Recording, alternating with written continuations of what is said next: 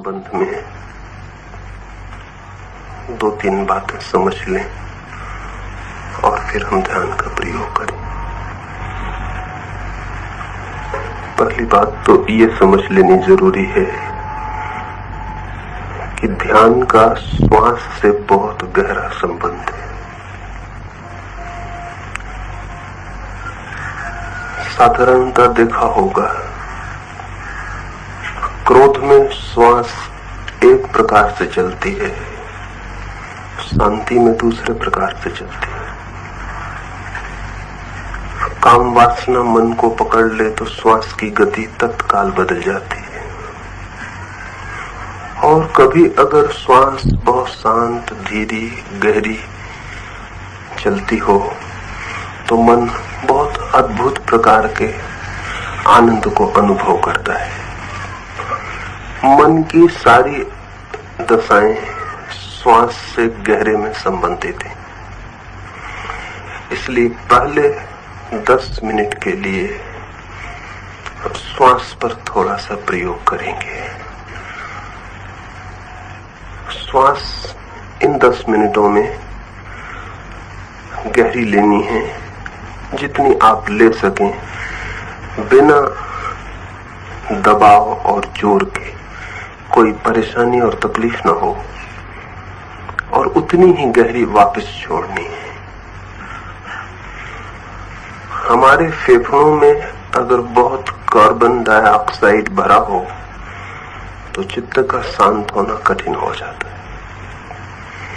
अगर हमारे प्राणों में बहुत ऑक्सीजन चला जाए, खून में, श्वास में, सब तरफ प्राणवायु भर जाए, तो ध्यान में जाना बहुत आसान हो जाता है। तो सबसे पहली बात तो 10 मिनट गहरे श्वास का प्रयोग करना है। इस प्रयोग में सारा ध्यान श्वास पर ही रखना है। श्वास भीतर गई तो हमें जानते हुए कि श्वास भीतर जा रही है, ध्यान को भीतर ले जाना है। श्वास बाहर गई तो जानना है कि श्वास बाहर जा रही है, उसके साथ ही ध्यान को बाहर ले जाना है। ध्यान श्वास के झूले पर झूलने लगे। श्वास भीतर जाए तो हमारा ध्यान भीतर जाए, श्वास बाहर जाए तो हमारा ध्यान बाहर जाए। 10 मिनट के लिए एक ही काम है कि हम श्वास को जाने कि श्वास कहाँ है। भीतर गई तो हम भीतर चले जाएं, बाहर गई तो हम बाहर चले जाएं। श्वास के साथ ही हमारी चित्त की डोर बंध जाए, बस श्वास ही रह जाए और सब कुछ मिट जाएगा।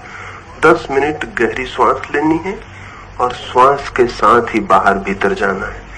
आंख हम इन 10 मिनटों में बंद रखेंगे ताकि और कुछ दिखाई न पड़े। बैठने में 2-3 बातें ख्याल ले लें। एक तो कोई किसी को छूता हुआ न बैठे, कोई भी किसी को जरा भी स्पर्श न करे तो थोड़ा थोड़ा हट जाए, कोई भी किसी को स्पर्श करता हुआ ना हो। और यहाँ तो जगह बहुत है, इसलिए बिल्कुल फैल के बैठ सकते हैं। दूसरे का स्पर्श दूसरे को भूलने नहीं देता, दूसरे की मौजूदगी ख्याल में बनी रहती है। और ध्यान में जरूरी है कि सब भूल जाए, हम अकेले रह जाएं। दूसरी बात, शरीर को सीधा रख के बैठे। अकड़ाने की जरूरत नहीं है, आराम से जितना सीधा हो सके। रीढ़ सीधी हो, जमीन से 90 का कोण बनाती हो, इतना भर ख्याल कर लें। वो भी पहले 10 मिनट के प्रयोग के लिए। फिर आंख बंद कर लें, और आंख भी बंद करने का मतलब है आंख पर भी जोर न डालें, आहिस्ते से पलक बंद हो जाने दें। आंख बंद कर लें, शरीर को सीधा रखें, आंख बंद कर लें।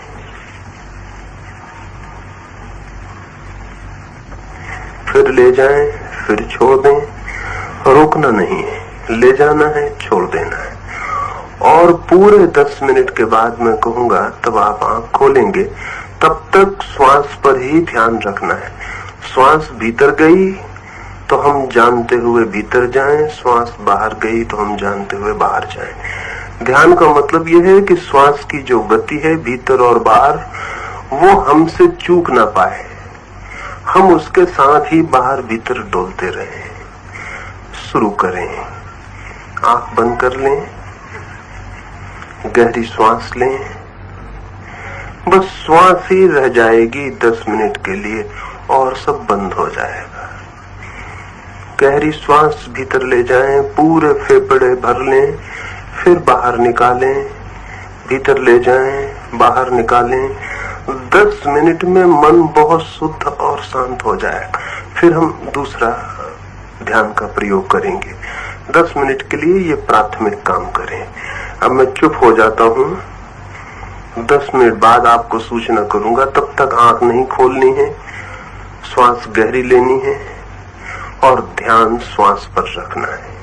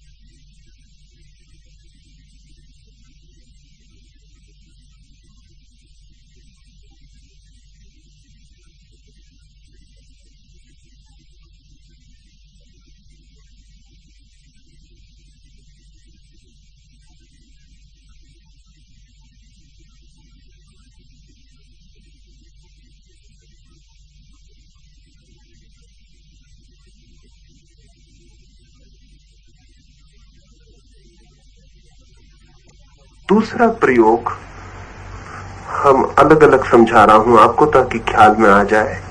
दूसरा प्रयोग है सर्व स्वीकार का। अभी हम बैठे थे, श्वास ले रहे हैं, श्वास पर ध्यान कर रहे हैं, पक्षी आवाज कर रहे हैं, कोई बच्चा चिल्लाएगा, सड़क से कोई ट्रक निकलेगा, ये सारी आवाजें हमारे चारों तरफ हो रही हैं। साधारणतः ध्यान करने वाले लोग, प्रार्थना पूजा करने वाले लोग अपने चारों तरफ के जगत से एक दुश्मनी ले लेते।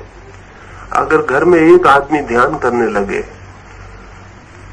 तो वो ध्यान के पहले जितना अशांत था उतना ध्यान के बाद दिखाई पड़ेगा। कहीं घर में बर्तन गिर जाएगा, कोई बच्चा रोने लगेगा तो उसका क्रोध और बढ़ जाएगा। उसे लगेगा कि डिस्टर्बेंस हो रहा है, बाधा पड़ रही है। मेरी दृष्टि में ध्यान ऐसी प्रक्रिया है जो समस्त बाधाओं को स्वीकार कर लेती है, किसी बाधा को बाधा नहीं मानती। और जब तक हम ऐसी ध्यान की प्रक्रिया न सीख सकें जिसमें हम बाधाओं को भी सीढ़ियों की तरह प्रयोग कर लें, तब तक ध्यान में जाना असंभव है। क्योंकि बाधाएं तो चारों तरफ हैं। रास्ते से ट्रक निकलेगा, पक्षी आवाज करेंगे, उन्हें कोई प्रयोजन नहीं कि आप ध्यान करने बैठे, कि आपके ध्यान में बाधा न पड़ जाए। और अगर आपने ऐसा समझा कि बाधा पड़ रही है तो बाधा पड़ जाएगी। बाधा बाधाओं के कारण नहीं, हमारी इस भावदशा के कारण होती है कि बाधा पड़ रही। अगर ये भावदशा छोड़ दी जाए और हम स्वीकार कर लें कि जो भी हो रहा है ठीक है, हम राजी हैं, पक्षी आवाज कर रहे हैं, हम राजी हैं, तो पक्षियों की आवाज आपकी शांति को गहरा देगी, कम नहीं करेगी। रास्ते से ट्रक निकल रहा है, हम राजी, कोई बच्चा रो रहा है, हम राजी, क्योंकि आज तो आप बगीचे में आके बैठ गए हैं। अगर प्रयोग करना चाहेंगे तो घर में ही करेंगे। सड़क चलेगी, घर में आवाज होगी, बात होगी, शोर होगा। और अगर ये दृष्टि रही कि ये सब बाधा बन रही है तो ध्यान असंभव हो जाएगा। तो दूसरा 10 मिनट के लिए हम प्रयोग करेंगे सर्व स्वीकार का। जो भी हो रहा है मैं उससे राजी हूं, मेरा कोई विरोध नहीं है। पक्षी आवाज कर रहे हैं, मैं राजी हूं। और जब आप राजी हो के पक्षी की आवाज सुनेंगे, क्योंकि फिर सुनने के सिवाय कोई उपाय न रहा, जब शांति से, आनंद से, स्वीकार से पक्षी की आवाज सुनेंगे तो आप पाएंगे कि पक्षी की आवाज आपके भीतर गूंजती है, चली जाती है। आप एक खाली घर की तरह रह गए, वो आवाज कोई बाधा नहीं डालती, बल्कि उस आवाज के बाद आप और शांत हो गए जितना कि आवाज के पहले थे।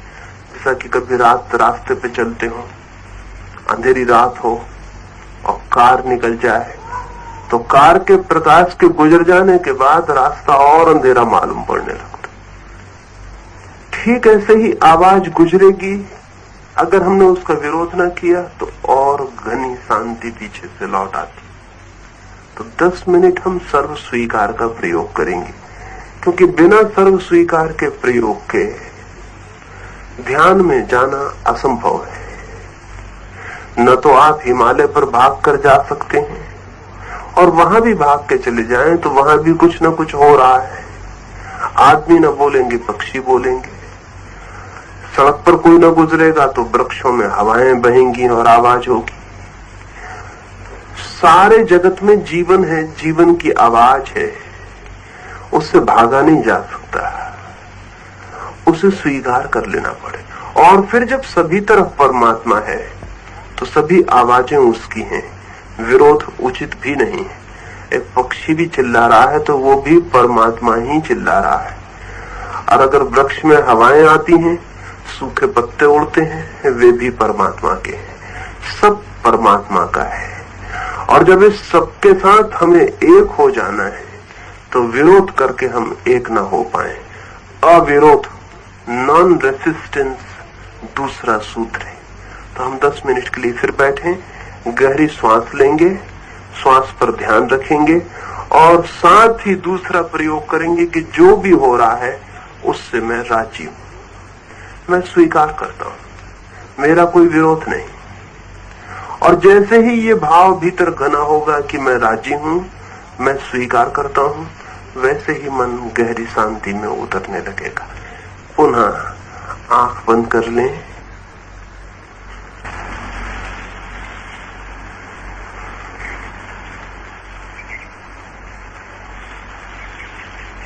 गहरी श्वास पर ध्यान और चारों ओर के जीवन की स्वीकृति, विरोध नहीं। मन को गहरी से गहरी शांति के रास्ते पर अपने आप गति मिलनी शुरू हो जाती है। किसी भी चीज का अस्वीकार नहीं, विरोध नहीं। विरोध से ही बाधा बन जाती है।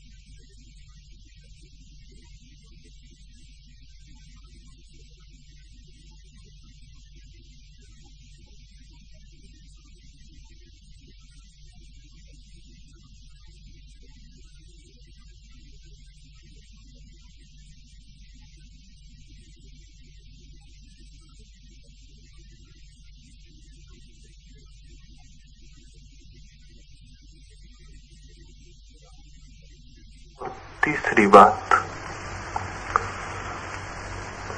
मनुष्य के और परमात्मा के बीच में जो सबसे बड़ी दीवार है,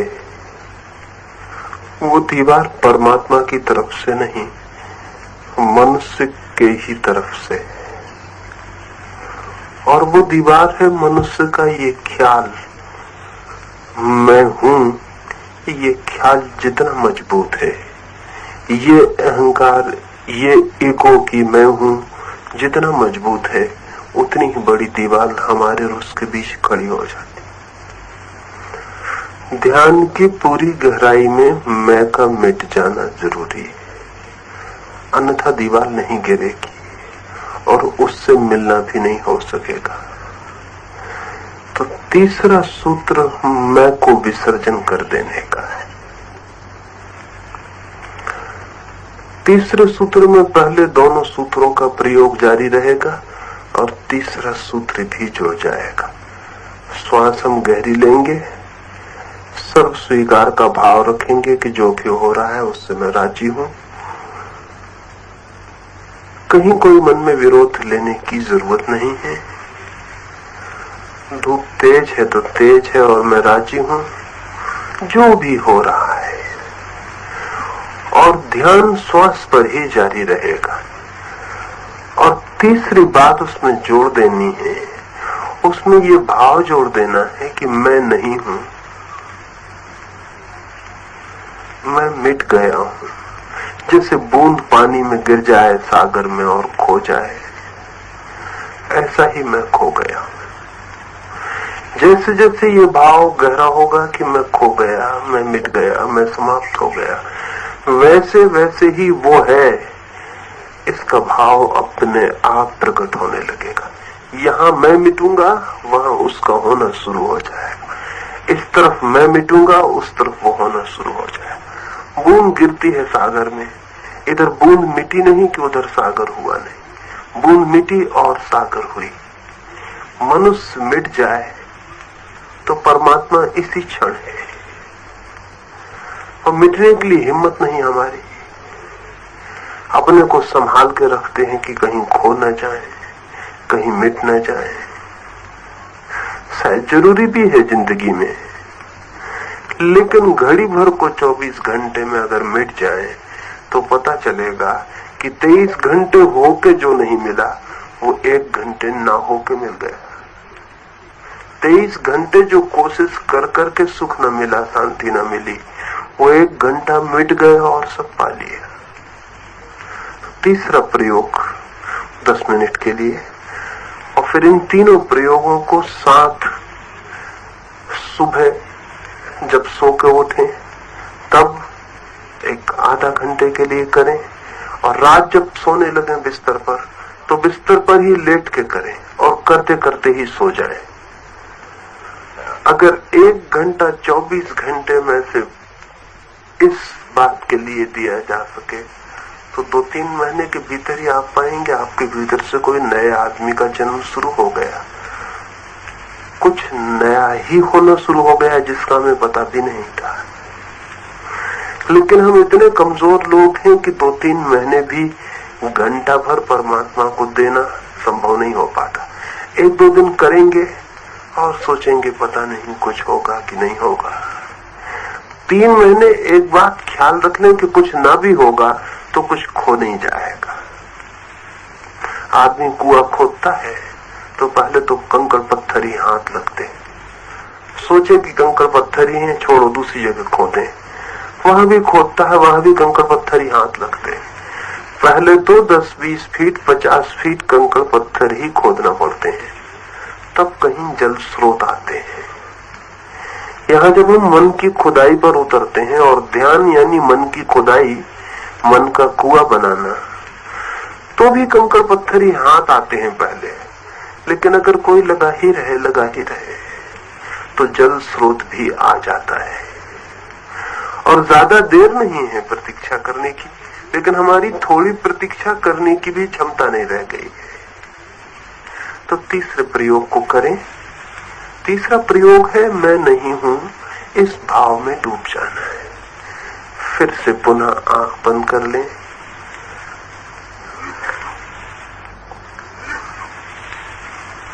गहरी श्वास लेना शुरू करें। श्वास भीतर जाए तो ध्यान भीतर जाए, श्वास बाहर जाए तो ध्यान बाहर जाए। देखते रहें, ये श्वास भीतर गई, ये श्वास बाहर लौटी, ये फिर भीतर गई, ये फिर बाहर लौटी। श्वास को देखते रहें, श्वास अनदेखी ना रहे, श्वास की स्मृति बनी रहे। ये श्वास भीतर जा रही, ये श्वास बाहर जाने लगी। श्वास पर ही सारा ध्यान हो और गहरी श्वास हो। फिर सब स्वीकार का भाव रहे, जो भी है स्वीकार है, जो भी है स्वीकार है। और तीसरे प्रयोग में डूब जाएं, एक भाव करें जैसे बूंद सागर में गिर जाती है, ऐसे ही मैं भी गिर गया अनंत के सागर में, मिट गया। मैं नहीं हूं, मैं नहीं हूं।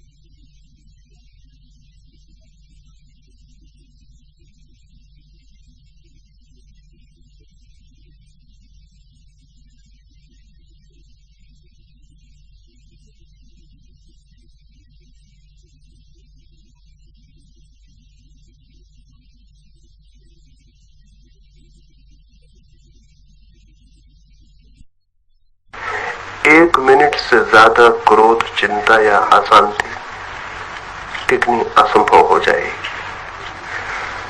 जमीन पर जापान शायद अकेला देश है जहां अधिकतम लोग प्रसन्न चित्त दिखाई पड़ते हैं। इस संबंध में खोजबीन चलती थी कि वहां के लोगों की प्रसन्नता का कारण क्या है। तो बहुत अजीब बात पता चली, और वो ये कि जापान में छोटे छोटे बच्चों को माँ बाप एक बात जरूर सिखाते हैं कि जब भी क्रोध हो, मन अशांत हो, चिंतित हो, तो गहरी श्वास लो और श्वास पर ध्यान करो। इससे उनके पूरे व्यक्तित्व में बुनियादी अंतर हुआ है। तो इसे कभी भी दिन में किसी भी क्षण में अशांति मालूम पड़े, क्रोध मालूम पड़े, चिंता मालूम पड़े, तो 1 मिनट के लिए प्रयोग करके देखें। गहरी सांस लें और श्वास पर ध्यान कर लें। और जब ध्यान के लिए बैठें तब तो अनिवार्य रूप से 10 मिनट के लिए पहले गहरी श्वास लेके, अगर इस प्रयोग को ही 1 घंटे पूरा किया जाए तो अलग से और कुछ करने की जरूरत भी नहीं। बुद्ध की ध्यान की प्रक्रिया का नाम है आनापानसति योग। बुद्ध अपने भिक्षुओं को एक ही बात सिखाते थे, और वो ये कि तुम अपने श्वास के आने जाने की स्मृति रखो। आनापानसति योग का मतलब है श्वास का आना जाना और उसकी स्मृति, जानते हुए कि श्वास भीतर आई, जानते हुए कि श्वास बाहर गई। अगर कोई व्यक्ति जितना ज्यादा श्वास पर ध्यान रख सके, रास्ते पर चलते हुए, बस में बैठे हुए, खाना खाते हुए, रास्ते पे चलते हुए, उतना ही उसका मन गहरी से गहरी शांति की परतों में उतरता चला जाता है। अगर इस प्रयोग को ही 1 घंटा रोज किया जा सके तो 3 महीने में आप एक रूपांतरण देखेंगे और कल्पना भी न कर पाएंगे कि इतना छोटा सा प्रयोग इतने बड़े परिणाम कैसे ला सकता है। लाने के कारण है,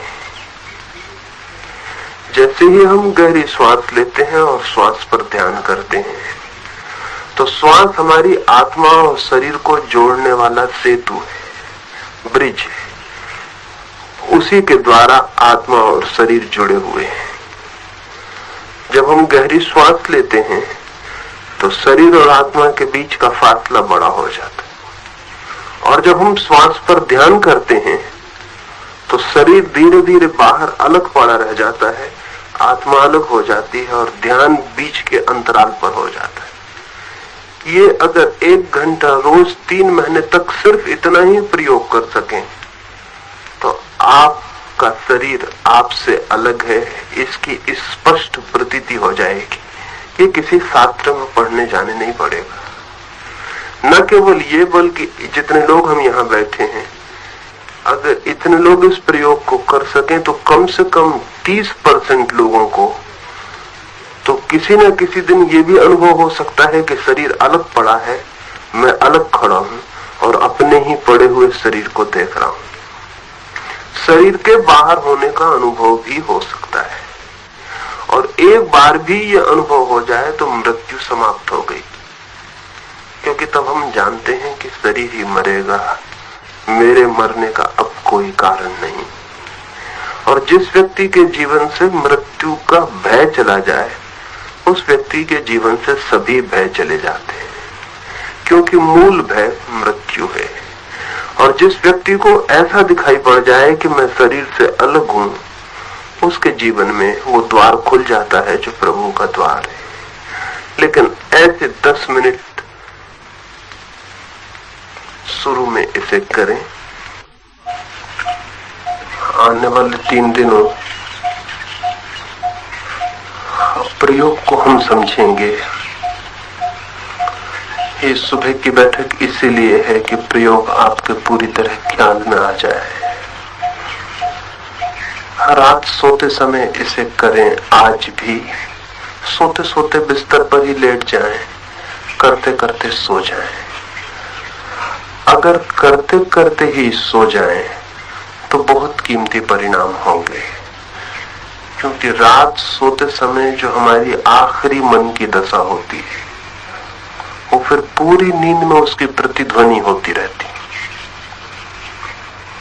और धीरे धीरे धीरे धीरे पूरी नींद ध्यान में बदली जा सकती है। और आज की दुनिया में इतना समय नहीं किसी के पास कि अलग से ध्यान के लिए बहुत समय दे सके। इसलिए मेरी समझ ऐसी है कि रात सोते समय ध्यान अगर किया जाए तो धीरे धीरे बिना कोई अलग से समय निकाले रात की पूरी नींद ध्यान में बदल जाती और थोड़े 10-15 दिन में ही आपको पता पड़ना शुरू होगा कि नींद की क्वालिटी बदल गई, उसकी गहराई बदल गई। और जब सुबह आप उठेंगे तो ऐसा नहीं लगेगा नींद से उठे, ऐसा लगेगा गहरे ध्यान से उठे। ताजगी, शांति, हल्कापन वो सब सुबह से ही मालूम होने शुरू हो जाएंगे। और यदि संभव हो सके तो 2 बार सुबह स्नान के बाद कर लें, रात सोते समय कर लें। 1 घंटा 3 महीने के लिए ध्यान के लिए दे दें, फिर 3 महीने के बाद देना नहीं पड़ेगा ध्यान के लिए घंटा, ध्यान अपने आप ले लेगा। 3 महीने तक आपको देना पड़ेगा, 3 महीने के बाद आपकी कोई जरूरत न रहेगी। वो जो आनंद की झलक आएगी, वो जो शांति की किरण आएगी, वो जो परमात्मा का स्पर्श मालूम पड़ना होगा शुरू, वो अपने आप बुला लेगा, अपने आप पुकार लेगा। मन का नियम है कि जहां आनंद है मन उस तरफ अपने आप बहा चला जाता है। एक बार हम रास्ता भर पकड़ लें आनंद का तो जैसे नदी सागर की तरफ भाग रही, ऐसा मन आनंद की तरफ भागने लगता है। और जहां पूर्ण आनंद है वहीं परमात्मा का निवास भी है। कल सुबह फिर हम 7 बजे यहाँ बैठेंगे, तो घर से स्नान करके आए। अगर कोई नए मित्र आपके साथ आते हों तो उन्हें भी बता दें कि वो स्नान करके आए, चुपचाप आए, घर से ही चुप होना शुरू हो जाए और यहाँ आके चुपचाप बैठ जाएं, यहाँ कोई शब्द का प्रयोग ना करें। जितनी देर में आऊंगा 10-5 मिनट पहले आप आ गए हैं तो गहरी श्वास लेते हुए कहीं भी कोने में बैठे हुए जो मैंने कहा है वो करते रहें। मैं फिर आऊंगा तो फिर हम सामूहिक बैठ के प्रयोग करेंगे। 1-2 मित्र ऐसे देखने आ गए हैं कि दूसरे क्या कर रहे हैं, उन्हें कल नहीं आना है, क्योंकि जिसे प्रयोग नहीं करना है उसे नहीं आना है। वो सबके लिए उपद्रव का कारण बनता है, उसे पता नहीं होता और दूसरे को देख के कुछ भी नहीं समझा जा सकता। क्या देख के समझेंगे दूसरे को? अगर कोई देखे तो उसे देख के क्या समझेगा? वो आंख बंद किए बैठा है, उसे देख के आप क्या समझेंगे? कुछ भी समझना है तो अपनी ही आंख बंद करके भीतर देखना पड़ेगा, दूसरे को देखने से कुछ समझ में आने वाला नहीं। तो तमाशबीन की तरह कोई भी ना आए। 1-2 सज्जन आ गए हैं, वो कल से कष्ट ना करें, और अगर आते हो कल तो अपनी ही फिक्र करें, दूसरा क्या कर रहा है इसकी चिंता में किसी को पड़ने की जरूरत नहीं। सुबह की हमारी बैठक पूरी हुई। इस संबंध में कोई भी प्रश्न हो तो कल लिखित मुझे दे देंगे, तो ध्यान के पहले उनकी बात कर लूंगा।